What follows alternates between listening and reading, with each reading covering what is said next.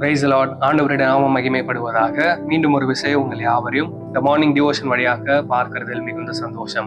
கடந்த வீடியோல தேவனுடைய பிரசன்னத்தை அனுபவிக்கிற நபர்களுக்கு தேவன் தருகிற 2வது ஆசீர்வாதம் தேவனோடு ஏற்படுகிற ஒரு சந்திப்பு, அண்ட் என்கவுண்டர் வித் காட். அதுதான் தேவன் தம்முடைய பிரசன்னத்தை அனுபவிக்கிறவர்களுக்கு தருகிற 2வது ஆசீர்வாதம் என்று உங்களோடு கூட பகிர்ந்து கொண்டேன்.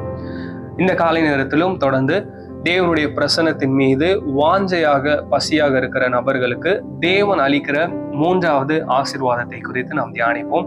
வேதத்திலிருந்து ஒரு வசனத்தை நான் வாசிக்கிறேன். மத்தேயு எழுதின சுவிசேஷம் 5வது அதிகாரம் 6வது வசனம்.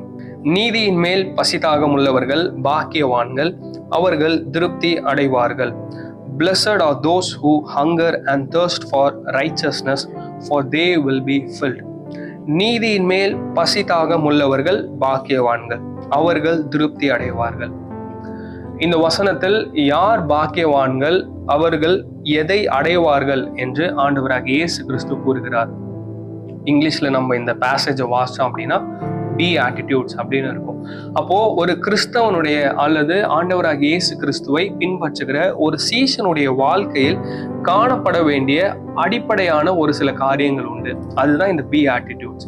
அப்போ நம்முடைய பசிதாகம் எதன் மீது இருக்க வேண்டும் என்றால் நீதியின் மீது இருக்க வேண்டும். ஒரு நார்மல் ஹியூமன் பீயிங், ஒரு சாதாரண மனிதன் நினைத்தால் நீதியின் மேல் பசிதாகத்தை தானாக ஏற்படுத்திவிட முடியாது.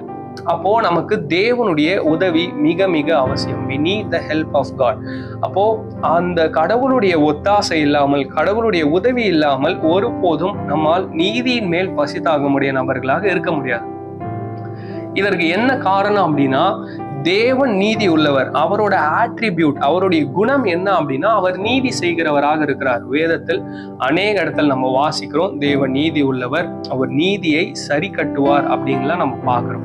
அப்போ தேவனுடைய குணம் நீதி செய்கிறதாக இருக்குமானால் அவரை பின்பற்றுகிறவர்களுக்கு தான் அப்படிப்பட்ட குணாதிசயமும் கிடைக்கும். அப்படிப்பட்ட குணாதிசயத்தை அவர் அளிக்கிறார்.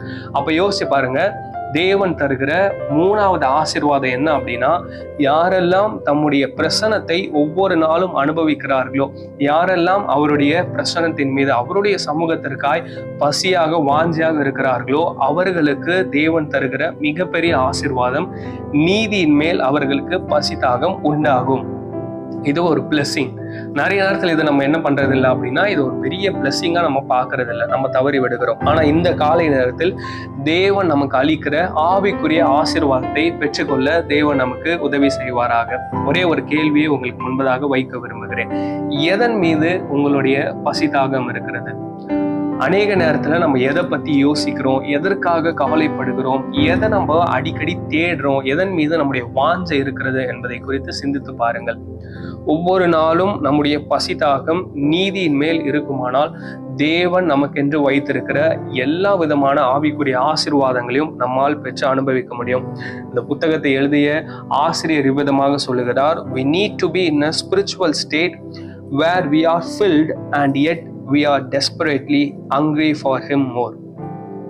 நம்ம ஒரு நிலையில இருக்க வேண்டும், ஆவிக்குரிய நிலையில். என்ன நிலை அப்படின்னா, நம்ம எவ்வளவு நிரப்பப்பட்டிருந்தாலும் எனக்கு இது போதவில்லை, எனக்கு இது பத்தலை அப்படிங்கிற ஒரு எண்ணம் நமக்குள்ள இருந்துட்டே இருக்கணுமா? எனக்கு இன்னும் தேவனுடைய பிரசன்னம் வேணும், எனக்கு இன்னும் அவருடைய பிரசன்னத்தை அனுபவிக்க வேண்டும் அப்படின்னு டெஸ்பரேட்டா பைத்தியமா அவர் மீது இருக்கிற அந்த நிலைக்குள்ளாக நாம் வர வேண்டும் என்று இந்த ஆத்தர் சொல்லுகிறார். அப்ப யோசிச்சு பாருங்க, நம்முடைய வாழ்க்கையில ஒவ்வொரு நாளும் நமக்கு பசிதாகம் கண்டிப்பாக ஏற்படுகிறது. ஆனால் எதன் மீது ஏற்படுகிறது?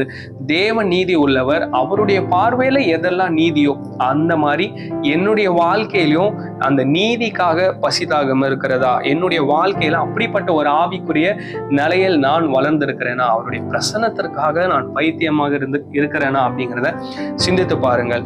ஒவ்வொரு நாளும் அவருடைய பிரசன்னத்தின் மீது வாஞ்சையாக தாகமாக இருக்கிற நபர்களுக்கு தேவன் அளிக்கிற 3வது ஆசீர்வாதம் நீதியின் மேல் அவர்களுக்கு ஒரு வாஞ்சை அல்லது நீதியின் மேல் பசிதாகம் ஏற்படும். அவர்கள் தான் திருப்தி அடைவார்கள் என்று வேதம் நமக்கு தெளிவாக சொல்லுகிறது. இந்த வசனத்தை தொடர்ந்து நீங்கள் தியானியுங்கள். கர்த்தர் உங்களோடு கூட இடைப்படுவாராக. கர்த்தர் உங்களை ஆசீர்வதிப்பாராக. தேங்க்யூ. God bless you.